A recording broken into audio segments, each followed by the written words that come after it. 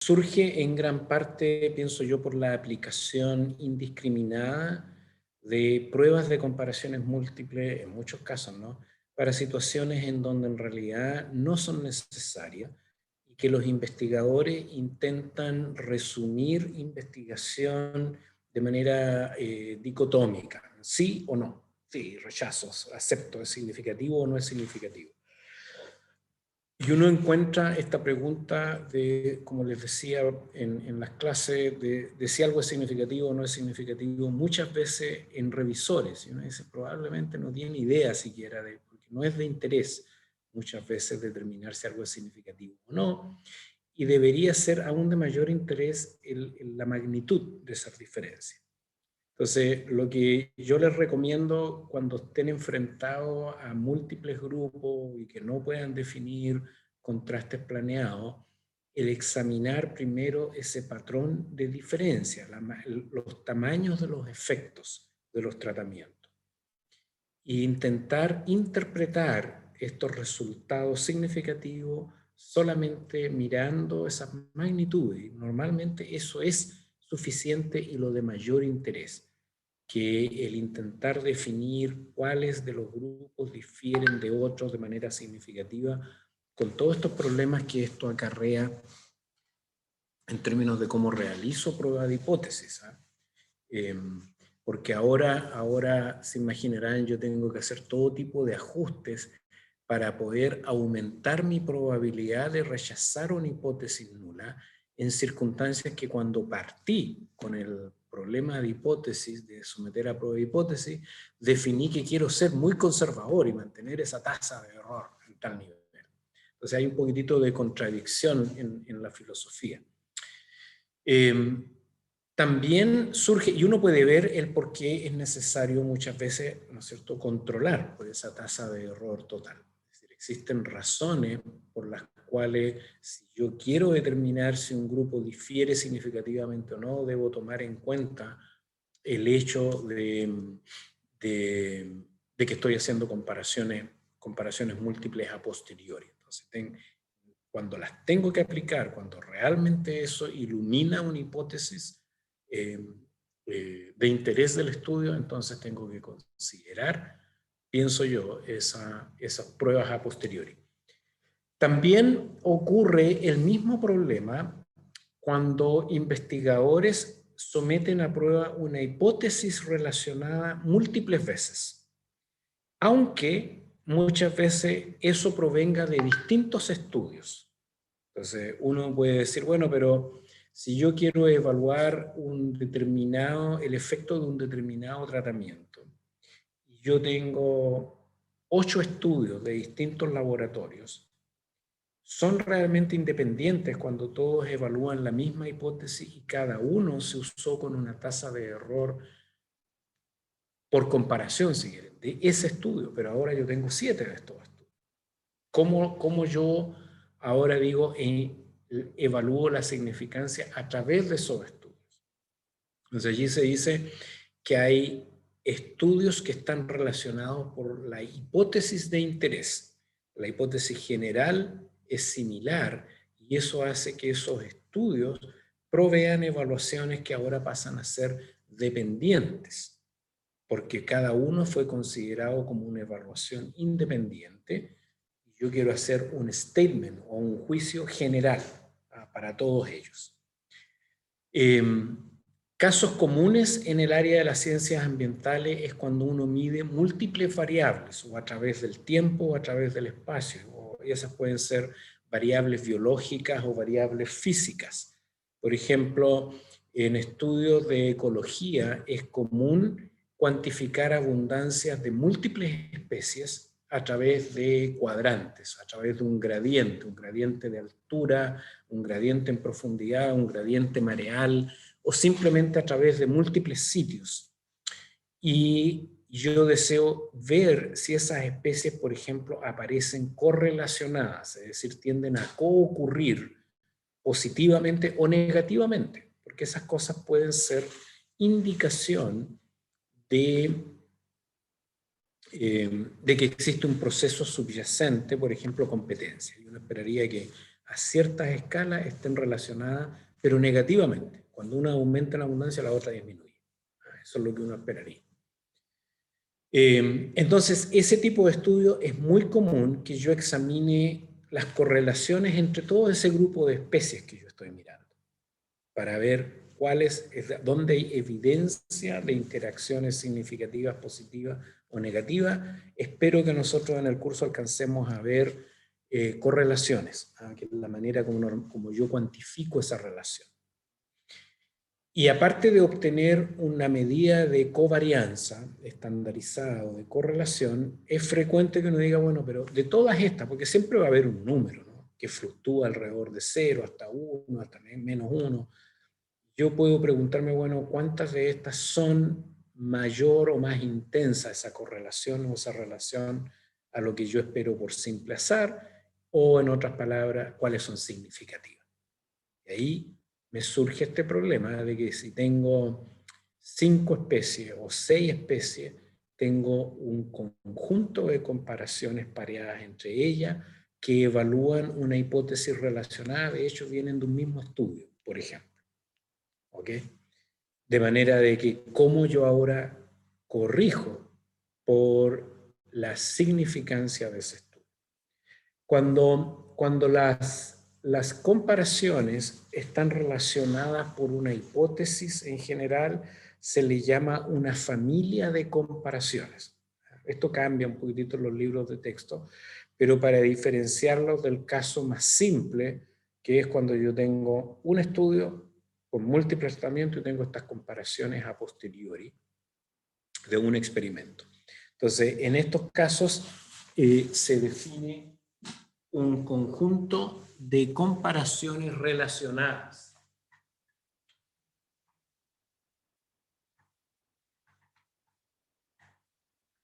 Y como no vienen de un estudio con múltiples niveles, se les llama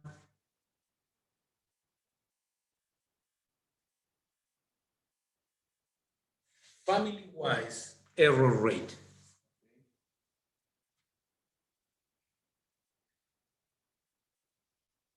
Es family-wise error rate, que es una manera general en la cual las probabilidades de cometer un error al evaluar una se relaciona con otra.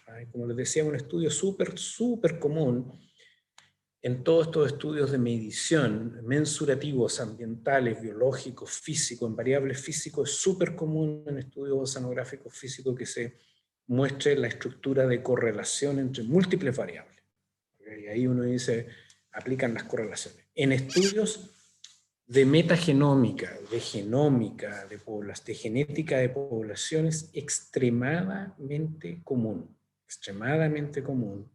tener toda una estructura de correlación o de similitud entre unidades de observación y que los investigadores deseen establecer un criterio para ver cuáles son las importantes. Y muchas veces ocupan como ese criterio la significancia, de cuáles son significativas o no.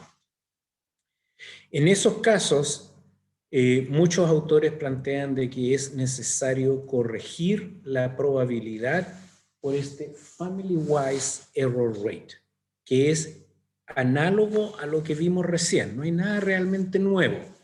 Es análogo al experiment-wise error rate, ¿okay? En donde hay un alfa que es igual a un alfa deseado que es menor o igual. Menor o igual al alfa por comparación por el número de comparaciones. Entonces, de hecho, la aproximación más común para corregir por la tasa de error por familia de comparación es la corrección de Bonferroni. Entonces, les voy a mostrar aquí cómo funciona, pero es lo mismo que ya vimos, excepto que está aplicado o pensado no para comparaciones pareadas de un mismo estudio, sino que para un conjunto de resultados. share. Déjame ver si tengo aquí.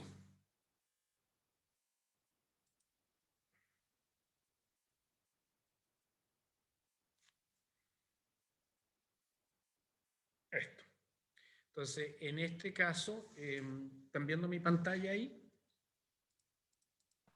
Sí. Sí, profe. Parece que se tapó el micrófono. Tapó su micrófono. ¿Ahí me escuchan? No, profe, sigue estando muy bajo. A ver.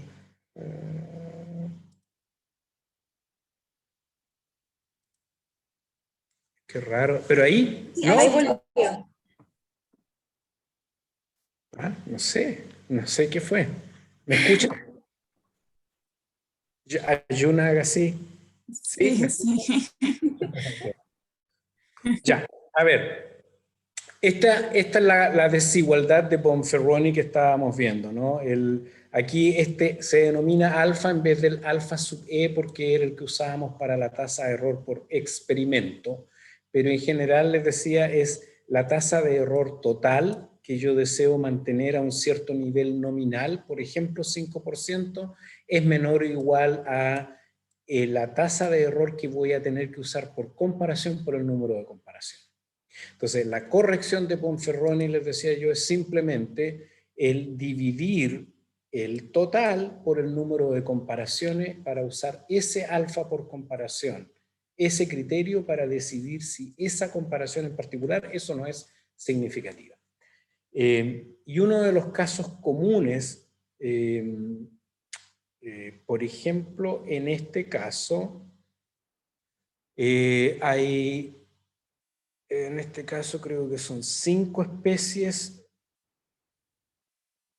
y hay 10 comparaciones. Sí, resultado, estas son 10 comparaciones pareadas, ¿ok? Entonces son las abundancias de 5 especies, hay 10 comparaciones pareadas que yo deseo realizar y ustedes pueden imaginarse que este valor de probabilidad proviene, por ejemplo, de la correlación entre la especie A y la especie B. Nosotros vamos a ver, como les digo más adelante, lo que es esa correlación, pero puede ser cuántas veces coocurren.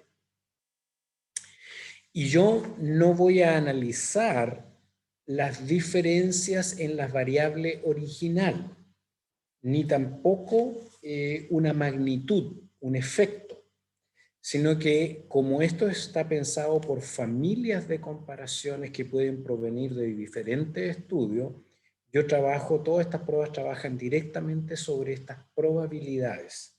¿Okay?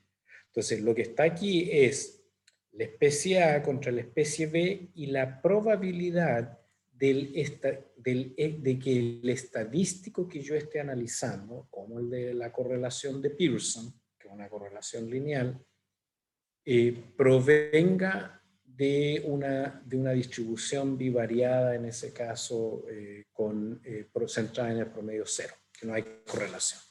Entonces, yo no necesito las variables originales ni las diferencias de media, sino que la probabilidad asociada a ese estadístico.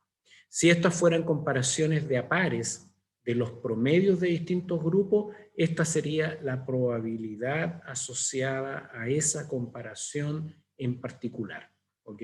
De un análisis de varianza o de una TSV. Entonces, si tengo este resultado en donde estas son las probabilidades y aquí aparece de que solamente la especie A con la E es significativa y la especie B con la C es significativa usando este alfa sin corrección al 5%. Y aquí también encuentro que la C con la E también difiere de manera que tengo 3 diferencias significativas. El primer revisor de sus papers les va a decir, no, usted aquí tiene que corregir la probabilidad. De manera que aplique, por ejemplo, esta corrección de Bonferroni.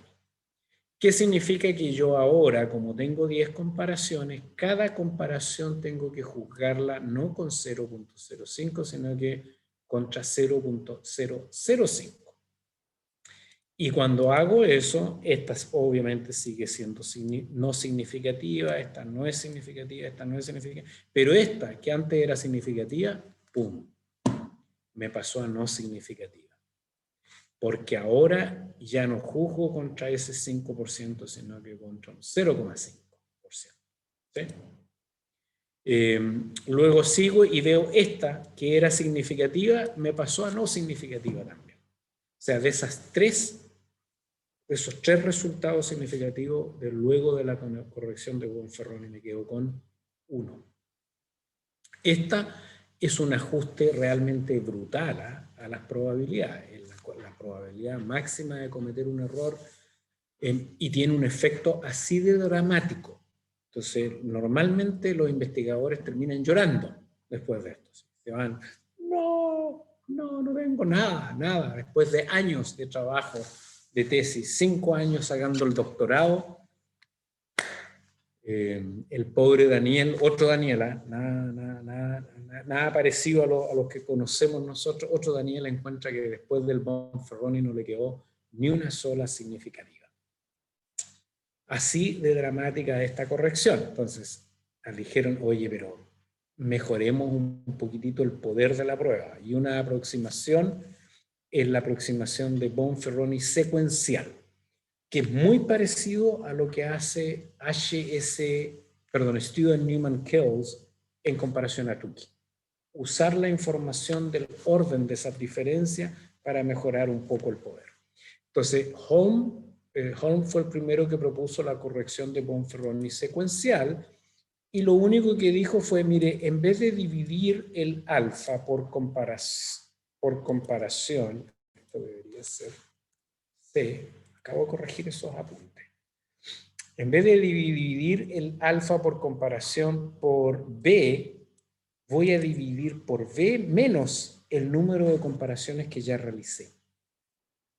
Entonces, si yo puedo ordenarlas, los valores de probabilidad de menor a mayor, que eso yo ya lo tengo, o sea, esa información, ordenarla o no ordenarla, no pierdo nada de grados de libertad porque yo ya las conozco, sencillamente las ordeno. Yo puedo usar esa información y ganar un poco de poder. Entonces, ¿qué es lo que yo hago ahora? Es los mismos set de datos, pero están ordenados en sus valores de probabilidad de menor a mayor. ¿Tá? Y estas son las tres que eran significativas sin ninguna corrección de Bonferroni, que el revisor de la tesis lo rechazó y dijo, esto me lo tienen que corregir, o no le voy a aceptar el paper, y aplicaron la de Bonferroni y les aparece una de las tres. ¿Okay? Esta sería la corrección de Bonferroni secuencial. Entonces, la secuencial es que cuando yo hago la primera comparación, va a ser mi alfa nominal dividido por el total de comparaciones a realizar. Pero cuando hago la segunda, ya no tengo el total, ya hice una.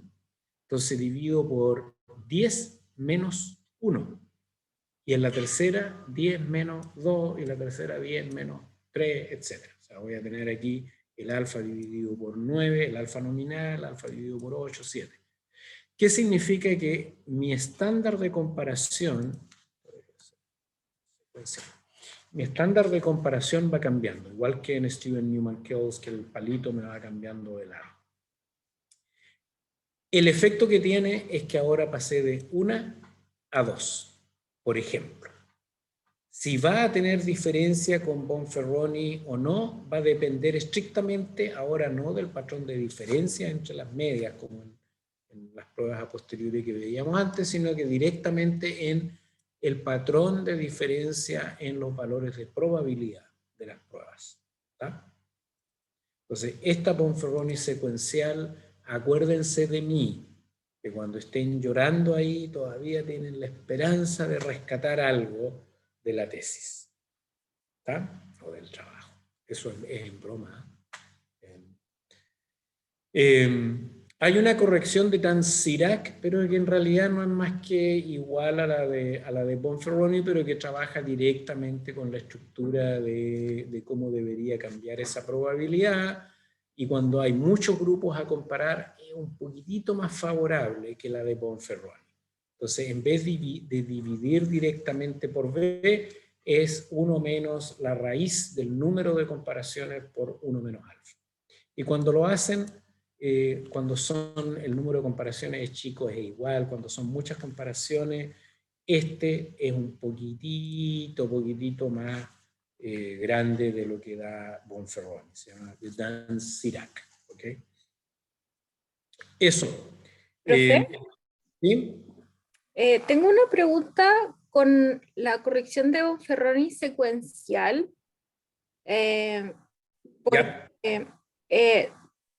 Bonferroni, los valores de probabilidad con los que trabaja son como los que vinieron de una prueba X que yo realicé entre los dos grupos, ¿cierto? Sí. Entre... Que vienen de distintos autores, incluso tú podrías tener distintos papers si los estás recopilando. Ah, También. ok. O todos los estudios que tú realizaste sobre el tema en los últimos 40 años de carrera. Ya. Entonces, todas esas pruebas ya se hicieron, cada una con su nivel de significancia de 0,5. Entonces, entiendo cómo esta corrección de la corrección de Bonferroni estaría como resolviendo el problema que ya pasó. No, no es que haya pasado, lo que pasa es lo siguiente, si tú estás recopilando de distintos estudios, o los tuyos propios que hiciste múltiples veces, o de otros autores, tú ahora estás tratando de sacar una conclusión a partir de una serie de estudios que sacaron una conclusión. Entonces tú ahora tienes generas una dependencia entre cada uno de esos estudios que pasaron. ¿Se entiende? La probabilidad. Tú ahora estás tratando de decir, a ver, pero ¿qué pasó aquí? Entonces ahora tú para sacar una conclusión y cometer un error en 20 o lo que tú hayas definido, vas a tener que compensar por cada una. Eso es un poquitito la idea. ¿Ya? Es más claro aún, a todo esto, cuando yo les digo ustedes van a tener que hacer esto, no es lo que yo recomiendo. Esto está en la mayoría de los libros de texto y la mayoría de los biólogos. Yo creo que no hay que corregir, excepto en contadas ocasiones. Vamos a discutir eso un poquitito, tal vez en la próxima clase.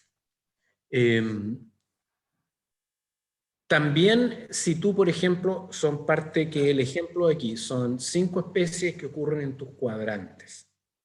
Bueno, yo las quiero evaluar de a pares, pero claramente que no son datos completamente independientes. Ahí hay una estructura de correlación, ¿sí?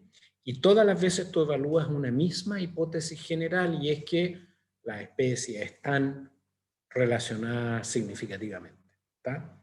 Entonces, aquí en este caso, en este ejemplo, provienen de tu propio estudio y esto es lo que pasaría si tú no corriges. Si tú dices, no, cada vez que yo someto a prueba esa hipótesis, es independiente de la otra.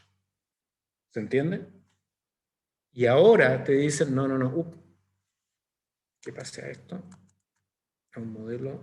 ¿Qué están viendo ahora? Ahí, bien, sí, la tablita, ¿no? Entonces, ahora ustedes están aplicando la corrección de Bonferroni sobre los valores de probabilidad que ustedes usarían sin corrección, asumiendo que todo esto es perfectamente independiente. ¿Está? ¿Se entiende mejor? Sí, pero esa no era mi pregunta. O sea, tú me dejaste hablar aquí todo este rato como sin nada. Es que no quería interrumpirlo.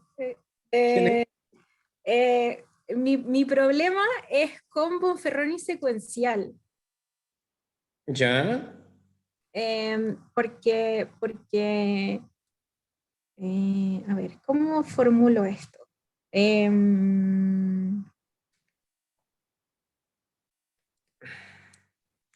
¿Te lo explico de nuevo o trato?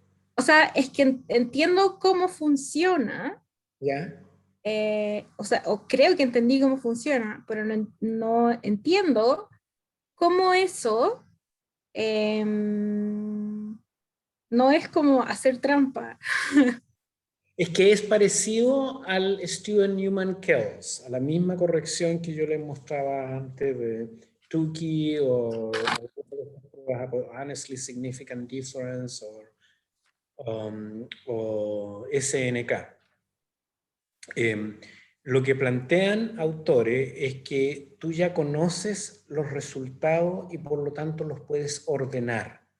Y tú, si los puedes ordenar, puedes usar esa información para ganar algo de poder. Es la misma lógica un poco.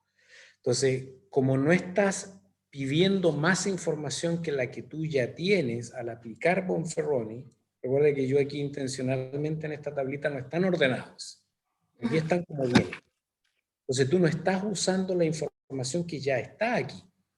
Pero entre esta tabla que no está ordenada para aplicar Bonferroni y esta que está ordenada, no he necesitado nada más que ponerlos en orden. ¿Se entiende? Entonces, la plantean, dicen, mire, usted lo único que está haciendo es ordenarla. Y cuando la ordena, aplique la lógica. ¿Cuál es la lógica? Que yo una vez que encuentro que algo no es significativo, nada más es significativo para abajo. Porque yo ya los ordené. Yo sé que los otros van a ser más grandes los valores de P asociados. ¿Se entiende? Esa es la misma lógica que utiliza Active. Ah, ya. Y esto beneficia como... bueno, beneficia dos cosas. Primero esto, que ahora mi estándar de comparación ya no es 0.005, es un poquitito más, es 0.0056. Pero un poquito. Y ya no es, para la tercera ya no es 0.005, es 0.00625. ¿Se entiende? Entonces, Sí. si yo tengo un valor de P que justo estaba ahí, pum, me pasó a ser significativo y yo digo, ah, ve, aquí hay dos significativos. Eso es. Entonces, se ocupa esa información, si tú quieres, en mejorar en hacer la prueba menos tan extremadamente conservadora. Esa es la idea del Bonferroni secuencial. ¿Se entiende mejor? Sí. Ya, ahora, lo que es obvio es que esto igual es brutal. La corrección de Bonferroni es tremenda. Imagínense que aquí estamos solamente analizando 5 especies. Yo en la mayoría de los estudios que estamos haciendo nosotros tenemos alrededor de 60, 70 especies. Entonces, imagínense con qué nivel de significancia uno debería juzgar cada comparación. Ser alfa dividido por 70. Entonces, en general, cuando uno la aplica para mucho, esto es lo mismo en genética de poblaciones y uno analiza todas las comparaciones y después le dicen haga la corrección de Bonferroni y se quedan muchas veces sin nada significativo. Entonces, parecido al problema de Tukey, que uno se puede quedar con tan poco poder que no logra determinar patrones de diferencia. Se ha propuesto como el salvador en la literatura, porque realmente se percibe así, lo que se denomina false discovery rates. Es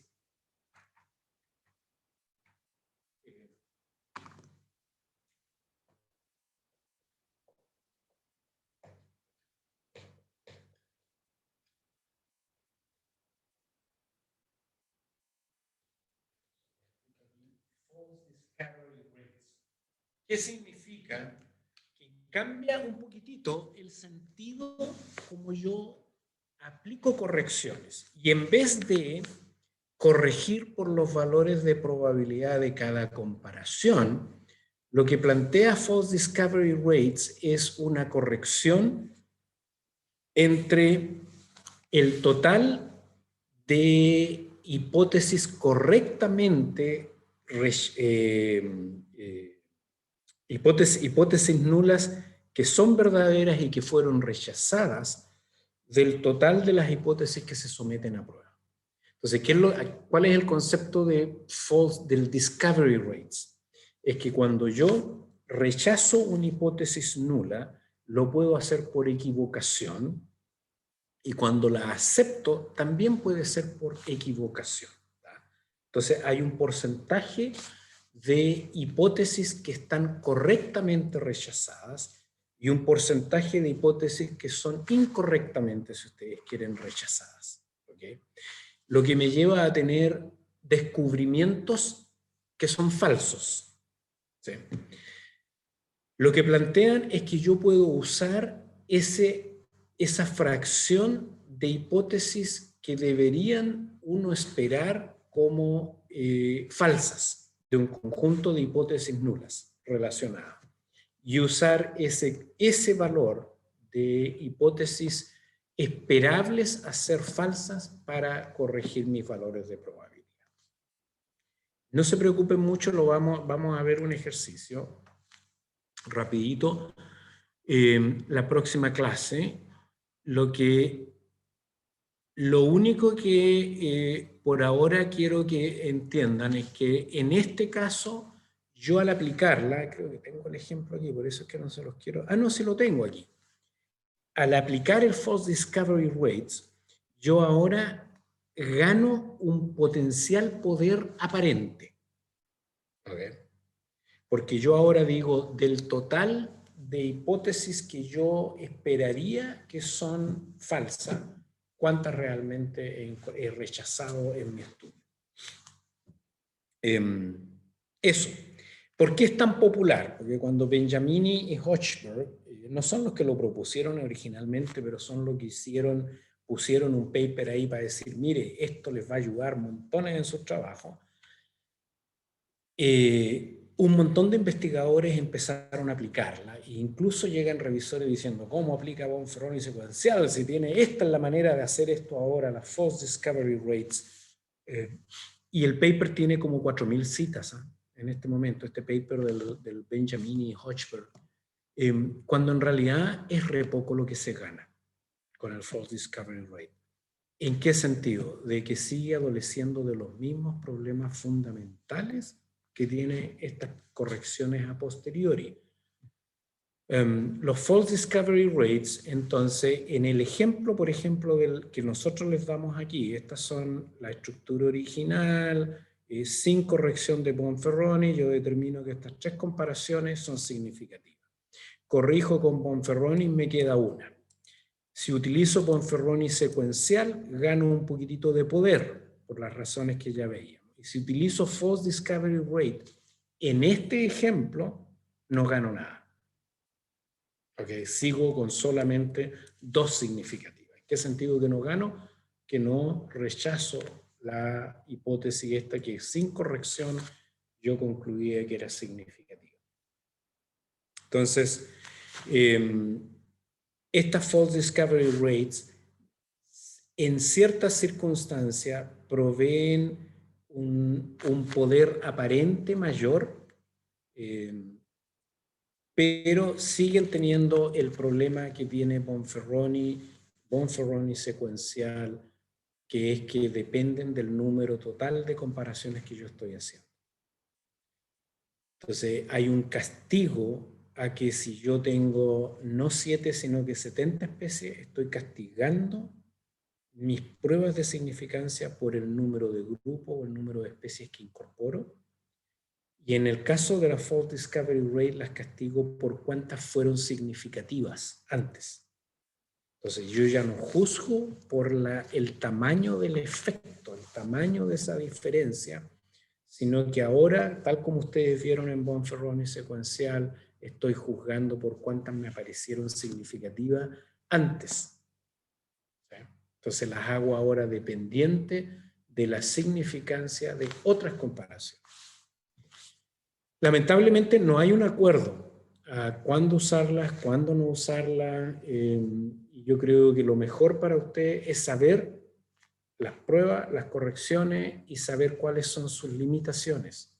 Entonces, hay investigadores que dicen no use ninguna corrección nunca, porque toda esta y utilice los valores sin corrección y un indicador del tamaño de ese efecto, como por ejemplo el índice de correlación, las diferencias entre las medias. Pero se van a encontrar, que yo creo que la mayoría de los investigadores en ciencias biológicas, ahora no los estadísticos, que van a decir, no, usted tiene que corregir, y van a verse obligados a corregir probabilidades usando alguna de estas correcciones. Esta false discovery rate, en ciertas circunstancias, pareciera dar más significancia que Bonferroni secuencial, y más que Bonferroni. Eso es todo lo que les puedo decir y recomendar. ¿Preguntas?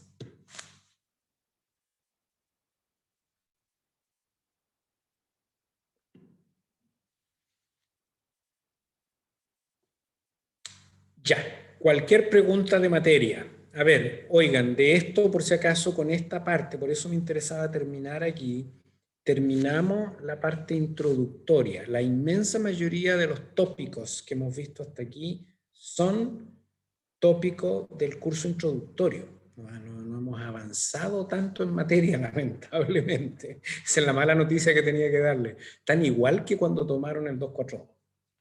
No han avanzado nada en conocimientos. No, yo espero que igual se sientan que han aprendido un poco más las materias que se supone que sabían. Con eso yo me doy por pagado con estas clases. Porque en materia no hemos visto muchas cosas nuevas que no se vean en el curso introductorio. Volviendo de la prueba, vamos a empezar ya con diseño experimental propiamente tal, que son cuestiones un poco más de... Algunas ya las vieron también, pero algunos de los diseños y por qué nosotros lo analizamos de tal o cual manera. Eso.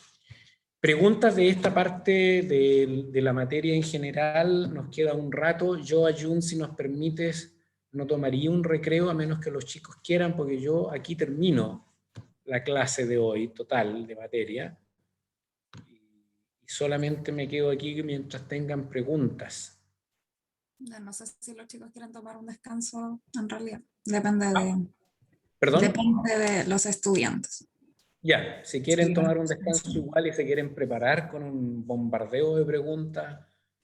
Yo prefiero hacerlo al tiro para salir antes, personalmente. Sí, porque No sé. ya no tienen para qué poner atención. Pueden poner el cerebro en automático. Ya, si me sumo, uno al biche, sí, yo también. Ok. No sé, porque a lo mejor hay re pocas preguntas, por eso que si tomamos un recreo y después vuelven y yo sigo transmitiendo, no va a ser muy entretenido. Algo específico de la prueba, de la evaluación, ¿cómo va a estar? Va a estar más difícil. Yo empecé a resolverla en la mañana. Profe, ¿le Todavía. pasó una pregunta de Sí, materia? dale. Es con respecto a la prueba de homoelasticidad, que igual lo conversamos también en el práctico, pero no sé, como para confirmar más que todo, los grados de libertad que van en el numerador y denominador corresponden a los grados de al n-1 de cada réplica, o es que conversamos en la ayudantía, que era por cuando eran dos niveles, los grados de libertad de esa prueba eran distintos cuando había más niveles. Entonces ahí como que Ya. me confundí. Mira, yo voy a dejar que la subsecretaria Daza responda a la pregunta, porque no sé cuál es la prueba que están aplicando. Ah, la DF. Daniel o Ayun. Yo les puedo aclarar un poco. Lo que pasa es que son realmente dos pruebas diferentes o dos formas de evaluar la hipótesis en las pruebas.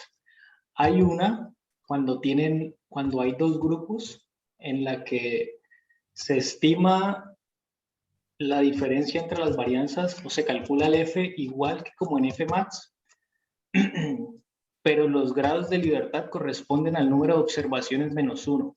Esa es una de las pruebas que hay, e incluso hay una rutina en R que la hace y todo. Y la prueba de Fmax es un poquito diferente y cambian los grados de libertad. En el grado de libertad del numerador se estima como el número de grupos, y en el grado de libertad del denominador se estima como el n-1. Para el caso en que los diseños sean desbalanceados, es el n más chico el que se toma. La diferencia radica en que la primera prueba que les digo es solo para dos grupos. Y a mi parecer, según lo que he estado viendo, y es como... Es como un poco más, como menos laxa para dos pruebas para dos grupos cuando tienes dos grupos. El Fmax se puede usar cuando tienes dos grupos también, pero también se puede usar cuando hay más de dos grupos. Y eso es todo. No sé si el profe conoce esa prueba o... No sé, tú estás hablando de la prueba de F directa aplicada a dos grupos como la prueba de Levin. Algo así. Pero es una prueba solamente para dos grupos. No recuerdo, fíjate, honestamente. ¿Y eso está implementado en R? Sí, está implementado en R y hay como... o sea, está implementado en R y hay como una documentación que lo habla. Sí, yo lo que haría es decirles que esa prueba no la vamos a tener mañana.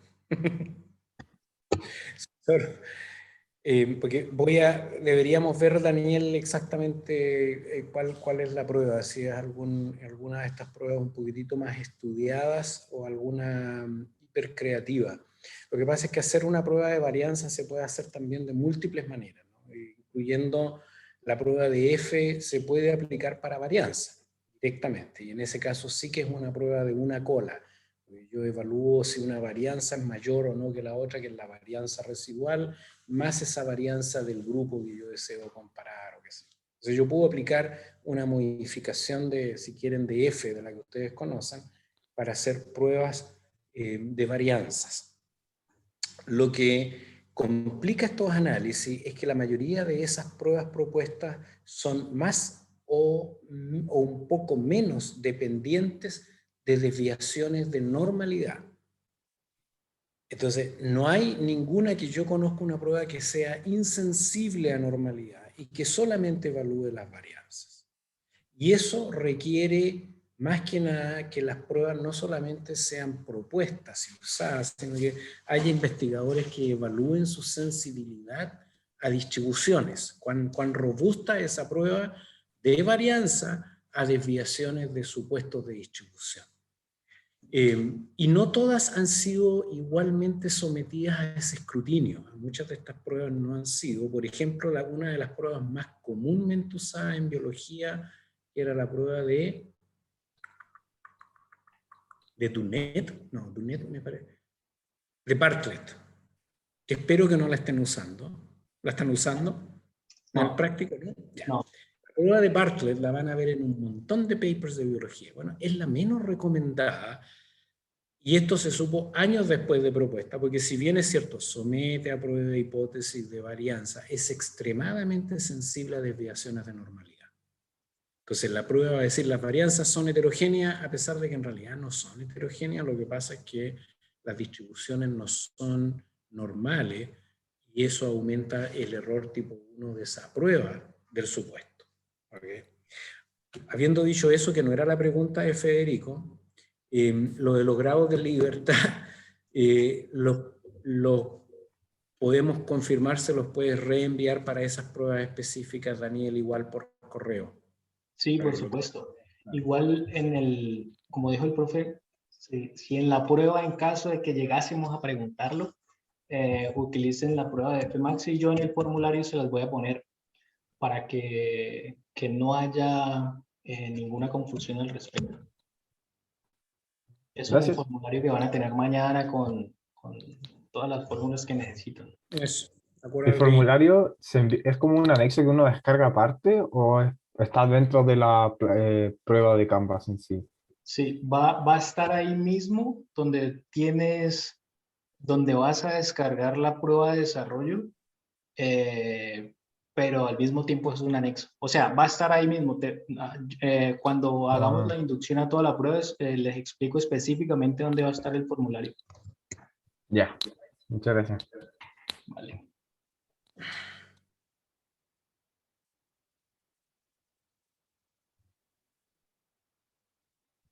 Hay una duda en el chat. Hay una pregunta de Carla Becerra, que está bien buena. Dice que si con contrastes planeados se podía poner a prueba una hipótesis específica como que la media de un grupo sea el triple que la del otro. Sí. Pero sí se puede, uno puede justamente hacer de que la sumatoria de esos contrastes, de esos coeficientes de contraste no dan 0, sino que da 3, o de unas 3 veces más que el otro. Excepto que hay que tener presente que solamente somete a prueba esa hipótesis, 3 veces.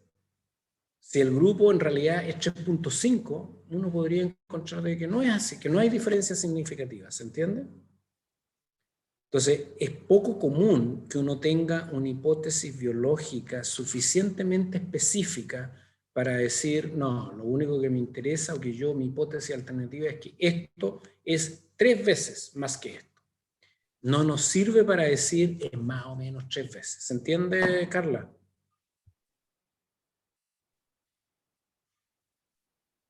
Entonces, claro, por eso es que no se usan mucho, porque alguien tiene que casarse con la idea de 3.0, no es 3.1, 3.2, porque ahí es otra hipótesis. Tiene que ser preciso el número. ¿Preguntas?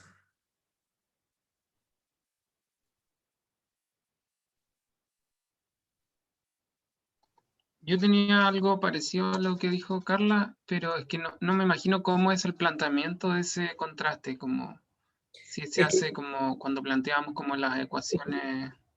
Es igual, pero uno podría decir, mira, mi hipótesis alternativa ahora es que el grupo 1 es menos 3 o más 3 y el otro es 1. En ese caso no tendría sumatoria 0. ¿No? Exacto, por eso, no van a tener sumatoria 0. Entonces yo Ya. ahora estoy evaluando la hipótesis de diferencias por sobre que una media es 3 veces mayor que la otra. Porque ahora cuando tú haces tus sumas de cuadrados, si recuerdo, capaz que requiera... No, me parece que es así de simple, fíjate. Cuando tú calculas los cuadrados asociados, las sumas de cuadrados asociadas a ese contraste, recuerda que tú tienes que calcular las sumatorias de los coeficientes de contraste al cuadrado. Entonces tú estás pesando por las diferencias en esos coeficientes de contraste. Me parece que es así de simple. Si lo que pasa es que se usa un poquito porque tiene que ser casi siempre una aplicación industrial. En estadística aplicada a situaciones industriales, uno encuentra casos en donde en realidad ya encontré las diferencias y a mí lo que yo quiero es que este es 2 veces o 2.5 veces el otro. Que es distinto, ojo, es distinto a decir es más o menos el doble, eso no me sirve. Entonces van a concluir de que no es 2 veces, pero es justo 2. No es que yo ahora someta a prueba alrededor del doble, alrededor del triple. Entonces, Ya, gracias. Una cosita más, perdón, que se me olvidó. Se me olvidó, parece, o pasamos la superficie respuesta. Pero miren, se los paso, no va a haber ninguna pregunta de esto, pero porque les va a servir para entender los contrastes y una utilidad grande de los contrastes. Déjenme ver si les comparto. Si tienen preguntas entre medio, háganlas nomás. Están los apuntes, así que es fácil de ver.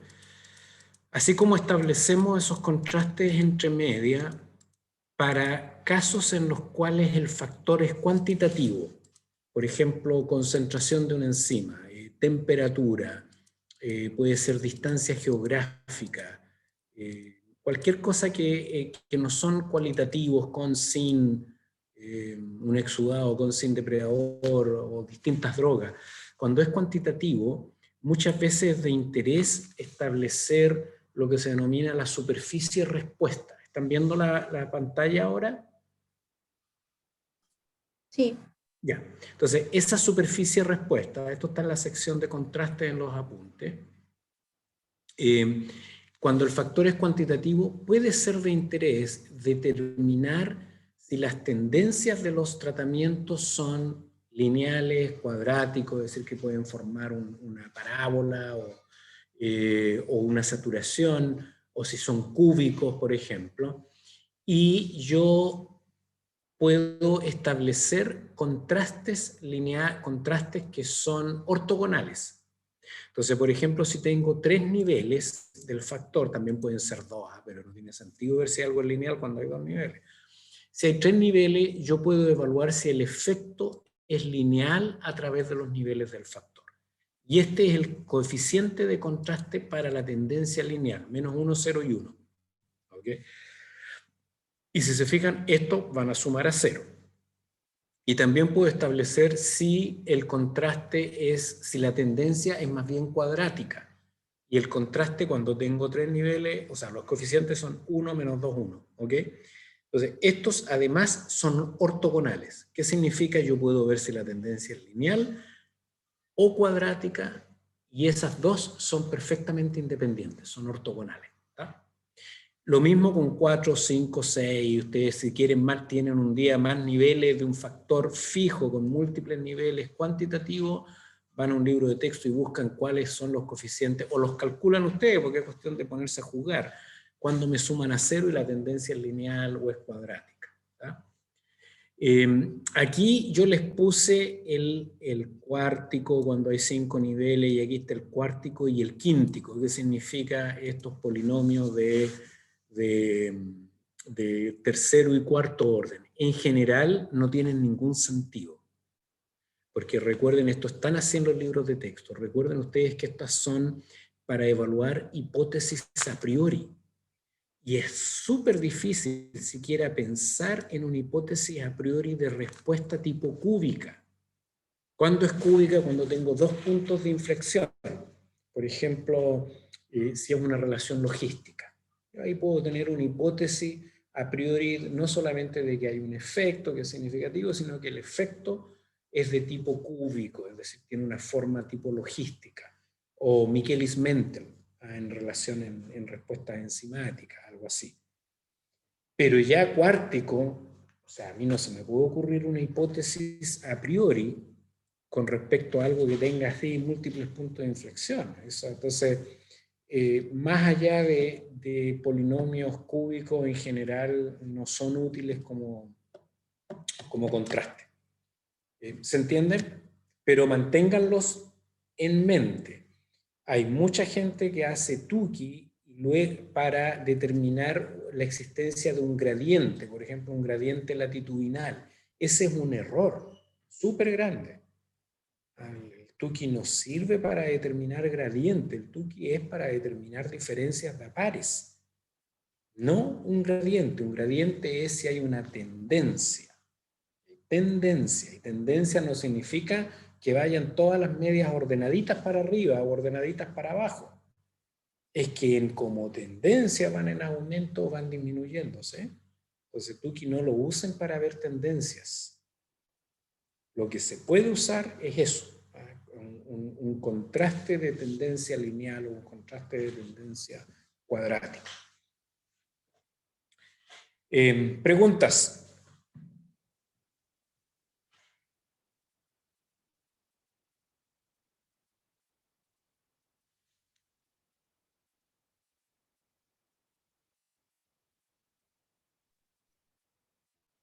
Yo tenía una pregunta y aprovechando que nadie más hablaba, que como que se separa un poco, que era sobre esto de que el residual siempre va a ser el factor aleatorio. Perdón, solo clarificar, no es que siempre va a ser el factor aleatorio, sino que claro, siempre es aleatorio. Claro. Ya. No sé, no se me ocurre un ejemplo, pero me da curiosidad pensar en algún caso en el que el individuo sí sea importante, entonces la variación como de ese individuo como que no haya sido por azar, aunque eso igual como que iría en Sí, contra del muestreo aleatorio, pero no sé si es que hay un ejemplo como de ese estilo. sí, a ver, uno puede tener, y hay muchos casos en los cuales el individuo es seleccionado por ser un nivel de interés. Existe. Pero en ese caso, para poder realizar prueba de hipótesis, yo tengo que tener una muestra aleatoria dentro del individuo. O sea, igual el término más bajo en esa jerarquía va a ser un efecto aleatorio. Porque si no, no voy a poder someter a prueba de hipótesis. Entonces, en el F es posible que haya una escala ahí, un factor individuo que pasa a ser fijo porque son preseleccionados por alguna razón. En estudios de psicología puede ser común, de hecho. Es también común en igual estudios ahí médicos. Perdón, para José, dale.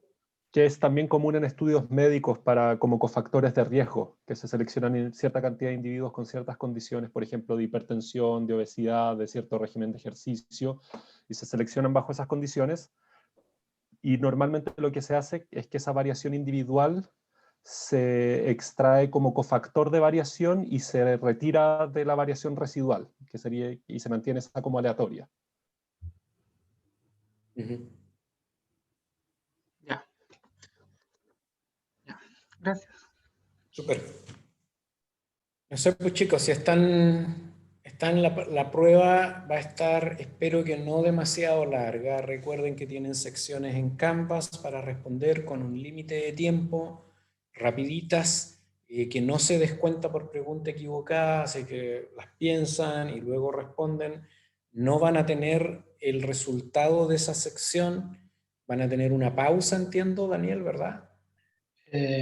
Sí. Claro, y a una hora fija se les entrega la parte de desarrollo y que las pruebas son individuales, para bien y para mal. No estamos aún preparados para hacer pruebas grupales. Así es que, ¿sí? ¿Qué iba a decir? Perdón. Perdón si ya lo dijeron, pero ya está establecido cuánto va a durar la parte como de Canvas y la parte de desarrollo. Sí, la de desarrollo parte mañana martes. No, perdón, Un miércoles. poco más específico, por favor. Daniel, responda. Por supuesto. A propósito, bueno, te respondo de una vez. La parte de Canvas tiene un estimado de duración máxima de 1 hora. Este es el tiempo que tienen para responderla. Yo creo que incluso se van a tardar menos, pero ese es el máximo estimado para la de Canvas. Luego viene la de desarrollo, que pueden tenerla hasta el final de la clase, o sea, que es como hasta las 6:30, pero seguramente se van a demorar menos también. Ok, ya, perfecto. Sí. Eso. Que tengan un cafecito a mano para que no pierdan tiempo, un vasito de agua. Sí, igual aprovecho para decirles que nos vemos mañana a las 3:30 en Zoom. Damos algunas instrucciones generales, como que mostramos todo el formato, cómo está establecido en Canvas, les cuento un poquito la prueba y a las 3:40 arrancamos. A las 3:40 está habilitado en Canvas. ¿Listo? Para que aclaremos dudas antes de arrancar. Y entonces van a tener, a las 4:40 se cierra esa sección y van a tener desde allí hasta el final hasta las 6:30 para responder la de desarrollo. Exacto. Tienen que escribir y mandar, tienen que mandarla en una hoja. ¿Cómo lo van a hacer, Daniel? La parte de desarrollo va a ser algo similar a como se hizo con la tarea. El formulario se responden, o sea, responden en el formulario, lo guardan en PDF y nos adjuntan los comprobantes de los cálculos que se piden. Que eso puede ser fotografías de sus cuadernos, documentos en Excel, imágenes en Excel, scripts, todo, absolutamente lo que necesiten. Videos en YouTube, todo.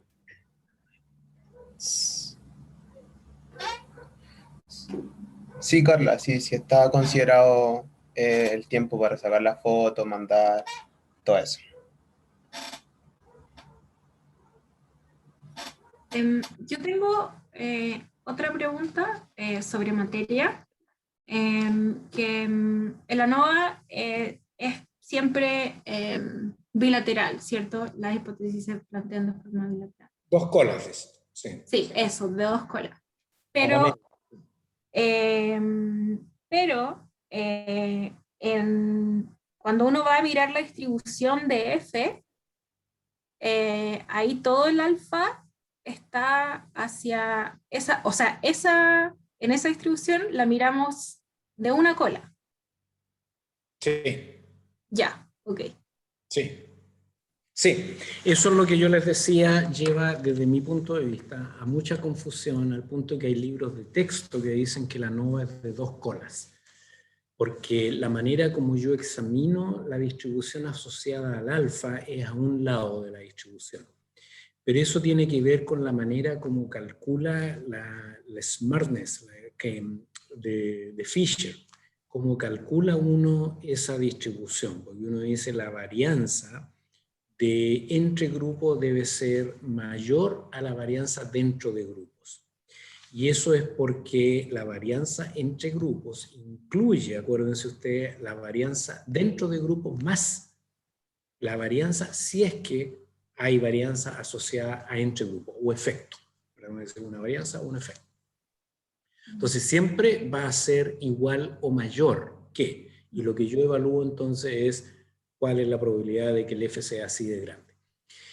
Pero la hipótesis misma que yo someto a prueba no es de la varianza, es la hipótesis sobre las medias. Entonces yo elevo al cuadrado las diferencias entre medias, con lo cual pierdo la información de direccionalidad. O sea, para la hipótesis de interés, que es la que yo someto a prueba, es de 2 colas, siempre. Ok, es que no lo encontré de forma explícita en ninguna parte, entonces no estaba segura. Sí, y mire, si te metes a internet, en Wikipedia y en todas estas recomendaciones de internet vas a encontrar de todo, de que es de una cola y que mire cómo se ve acá. Y lo otro que confunde, espero que no se confunda mucho más, pero ya lo hemos dicho un par de veces. Yo puedo usar análisis de varianza para someter a prueba hipótesis de las varianzas, que no es lo que hemos visto en las clases, excepto tal vez para evaluar supuestos, como conversábamos recién. Bueno, en ese caso sí que puede ser una prueba de una cola, porque las varianzas, ahora mi hipótesis no es de las medias que llevan a producir una varianza independiente de cuál es la dirección. Ahora yo puedo someter a prueba una hipótesis de que tal varianza es mayor que la otra. ¿Se entiende? Ahí sí, puede ser de una cola. No, y eso también se confunde en internet, en algunos libros de texto. Pero para todo lo que nosotros hemos visto y todo lo que tiene que ver con las probabilidades asociadas a evaluar una hipótesis nula de medias es de 2 colas. Ok, gracias, profe.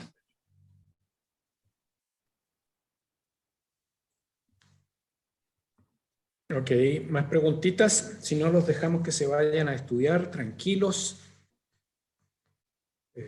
Duerman bien, descansen. Yo tengo una duda, profe. Dale, Andrés. Resulta que cuando vimos poder prospectivo, los ejemplos que vimos, o por lo menos lo que recuerdo, es que veíamos que uno de los grupos tenía un efecto, o sea, por ejemplo, en el caso de los choritos, solamente la jaiba tenía un efecto, y en el caso del loco y el sol, y obviamente el control, no iba a haber un efecto. Entonces, cuando nosotros hacíamos restábamos el efecto al promedio, solamente en el caso de la jaiba restábamos el valor de importancia biológica mínima, que era 200 micras, recuerdo. Mi duda es, esto, si yo tuviera, por ejemplo, 5 o 6 tratamientos y fueran 3 en los cuales yo quisiera la importancia biológica, que quizá es obvio, pero que quería confirmarlo, hago ese mismo análisis, pero ese efecto lo voy a restar 3 veces a los 3 tratamientos en los cuales yo quiera ver una diferencia, y así. Sí, el efecto promedio, lo que quieres tú, lo que quieren es que esas sumatorias queden centradas en 0. Entonces, en el otro caso también restábamos, si recuerdo, restábamos el promedio, que entiendo yo que eran 200 dividido por 4, ¿no? Me parece que quedaban en 50, y se los restábamos a todos. Sí, Entonces, sí, eso es. Claro, porque te quedaba ahí, creo que era 150, menos 50, menos 50 y menos 50. Entonces, lo mismo hace si es que los otros tienen valores positivos de efecto, se restan, se les resta el valor del promedio. Entonces, se centran en cero. Entonces, la manera más rápida de ver es pescar y sumarlo después y decir, ya, esto me da cero. Eso es, ¿no? La sumatoria de eso. No elevada al cuadrado, obviamente. La sumatoria directa de esos efectos tienen que estar en cero. O sea, da lo mismo si no tiene por qué ser solamente un tratamiento el que... No, para nada. Ya, ok, perfecto. Para todo. Gracias. Sí, algo más de poder, ese tipo de cositas, como las que preguntó André ahora, de repente uno lo asalta esas dudas en la prueba, así que si tienen más, es el momento. Yo, profe. Dale. En eso mismo del poder, los grados de libertad, que entiendo que lo que se ve en las tablas al final es B1 y B2. ¿Esos valores cómo se calculan? Los B1 van a estar dados por tu diseño de tratamiento, de manera de que uno ya ha decidido cuál es el diseño de tratamiento, esa es la curva de poder o la que yo tengo que mirar, y esa no la cambio más, porque si cambio ese diseño de tratamiento, cambio las hipótesis que yo tengo, cambio mi estudio en general. Entonces, eso queda fijo una vez que tú ya decidiste, estos son mis tratamientos para evaluar la hipótesis que a mí me interesa. Estos son los que necesito. El B2, que es el denominador, es el que yo generalmente estoy tratando de determinar en estos análisis, que es la replicación. Lo único que las tablas lo estandarizan, porque el diseño podría cambiar, como los grados de libertad que voy a ocupar en el denominador de esa prueba de F. Pero esos grados de libertad dependen, por ejemplo, en una prueba de análisis de varianza de una vía, como la que han visto ustedes común, esos V2 van a ser el número de grupos por N-1. Entonces, yo lo que miro en estas pruebas es el V2, pero en realidad es lo mismo que el N, o sea, no es lo mismo, pero va a ser lo que me da un N determinado. ¿Se entiende? Ya, entonces el B1 era... Es el número de grupos. Número de grupos. El numerador de mi prueba, y eso no debería cambiar. Para una vez que tú decidiste cuántos grupos vas a usar, a menos que tú cambies la hipótesis, eso no cambia. Lo que cambia es tu replicación que va a afectar el V2, o NUA, esos son NU, no son V, pero no importa. Ya, súper. Gracias, profe, entendí.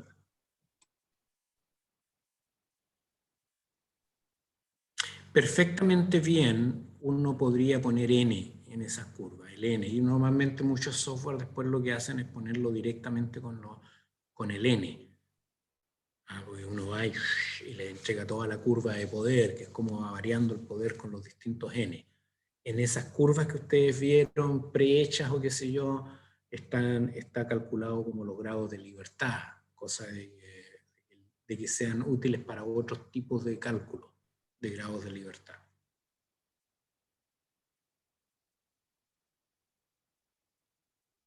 Estaban claritos lo que son los grados de libertad, ¿no? Después, ¿se acuerdan de toda la conversa? Que yo quedé después dije, ¿se habrá entendido finalmente lo de las observaciones libres de variar o no? Igual quedó ahí un tema. Así que si tienen todavía temas, ¿tienen tema con grados de libertad? Yo no, por lo menos lo pregunté 80 veces, me quedó claro. Okay. Mi duda es con algo bien al principio del curso de diseño de tratamientos y diseño experimental. ¿A qué le llamamos diseño de tratamientos? Diseño de tratamiento es solamente cuántos factores o niveles de esos factores yo necesito para evaluar la hipótesis de interés. Ya. Nada más, súper simple. Por eso muchas veces no se reconoce, no hay muchos libros de texto que hablen del diseño de tratamiento, porque en los ejemplos se supone que uno tiene lo que debería tener, eso es. Y mi punto de separarlo conceptualmente es que muchas veces los investigadores no tienen el diseño o todos los niveles que les permite evaluar esa forma de la hipótesis de interés. Ahí el caso típico sería un diseño que no incluya un placebo, no incluye un control por artefacto de cualquier tipo. Caso extremo. Ya, gracias, profe. No sé si leyó el chat, pero Carla dice, profe, ¿puede dar un ejemplo rápido de lo que dijo Andrés, porfis? Y yo dije, apoyo lo que dice Carla. ¿Y qué fue lo que dijo Andrés? Andrés preguntó en cálculo de poder cómo hacíamos el cálculo cuando había más de un grupo que... no, es que el principio para calcular ese tamaño de efecto y después el parámetro no central, que va a ser esa sumatoria de los efectos al cuadrado dividido por la estimación, por un valor de varianza realista. El principio es que se cumpla con que la sumatoria total de los efectos antes de elevarlos al cuadrado sea 0. Un poco igual que los coeficientes de contraste. Entonces yo puedo pescar y restarles el promedio. Eso. Es súper, no hay nada mucho más complejo que eso. Entonces, en el caso del ejemplo del estudio de los apuntes que vimos en clase, lo que pasa es que había 3 efectos 0 con respecto a un control, creo que era, y uno que era 200. Entonces, yo mantengo esas diferencias restándoles a todos 50, que es el promedio. Entonces, me quedan 3 efectos menos 50 y uno de 150. La sumatoria es 0. ¿Sí? Porque si sumo el original me va a quedar 200. Me va a quedar 200 más 0 más 0 más 0. ¿Se entiende? Creo que sí, pero tengo que anotar los numeritos. A ver, los efectos que yo planteo son 200 positivo, 0, 0 y 0. Sí, recuerda bien. Eso sí, calculo la sumatoria de esos. Va a ser igual a 200 más 0 más 0. ¿Sí? Entonces tengo un problema porque no los puedo sumar directo porque no me dan 0 los efectos. Estos son los T sub K. ¿Ok? ¿Sí? Sí, pero, o sea, nos está explicando el cálculo de base porque ese lo tenemos claro. Lo que no tenemos claro es que si es que 2 grupos fuesen 200. Y no importa, porque entonces, si tengo otro que sea 200, y la suma esto va a ser 400, tengo que dividir por 1, 2, 3, 4. ¿Sí? Eso va a ser 100 y les tengo que restar 100. Ya. 100 menos 100, menos, ¿sí? Ya. Menos 100. Me va a quedar centrado en 0 y mantengo la diferencia de 200 entre 100 y menos 100. Perfecto. ¿Sí? Sí. ¿Algo más? Aunque crean que sea trivial, o que sea, pero porque al final hay cositas que uno duda al momento de hacer la prueba y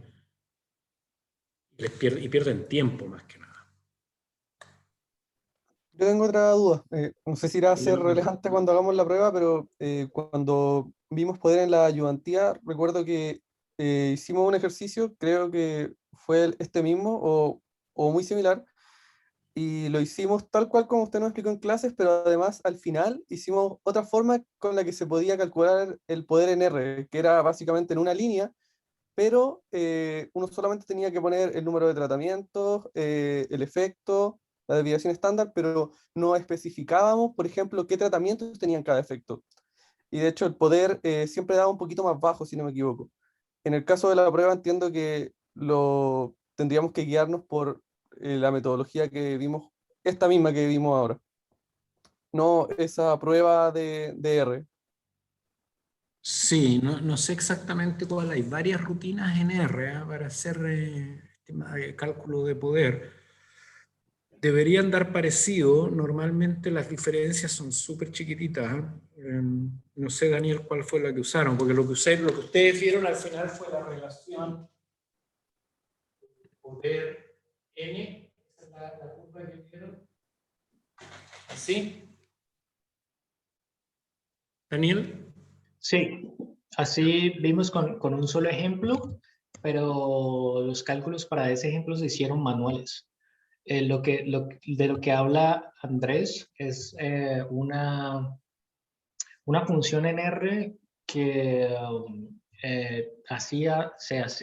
funcionaba para hacer el cálculo de poder, pero el poder, como decía Andrés, daba más bajo. Entonces la recomendación era tenerlo como con cuidado. Y cuando lo preguntáramos, utilizar las tablas y utilizar como la metodología que hemos hecho, porque al igual que el año anterior, nunca les queríamos mostrar que hay una forma de calcularlo, pero no entendíamos algunas cosas de las diferencias que daba la rutina. Ya. Y mándame la rutina y ver qué está haciendo. Listo, profe.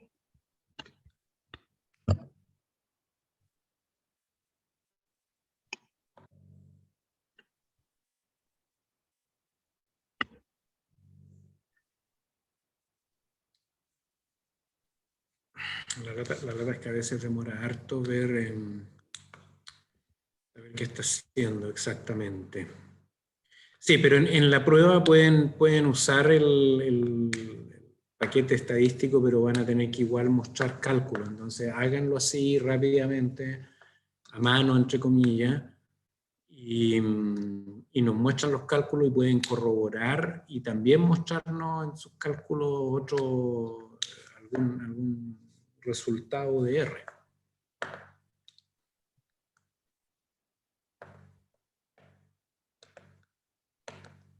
Sí, sí, sí.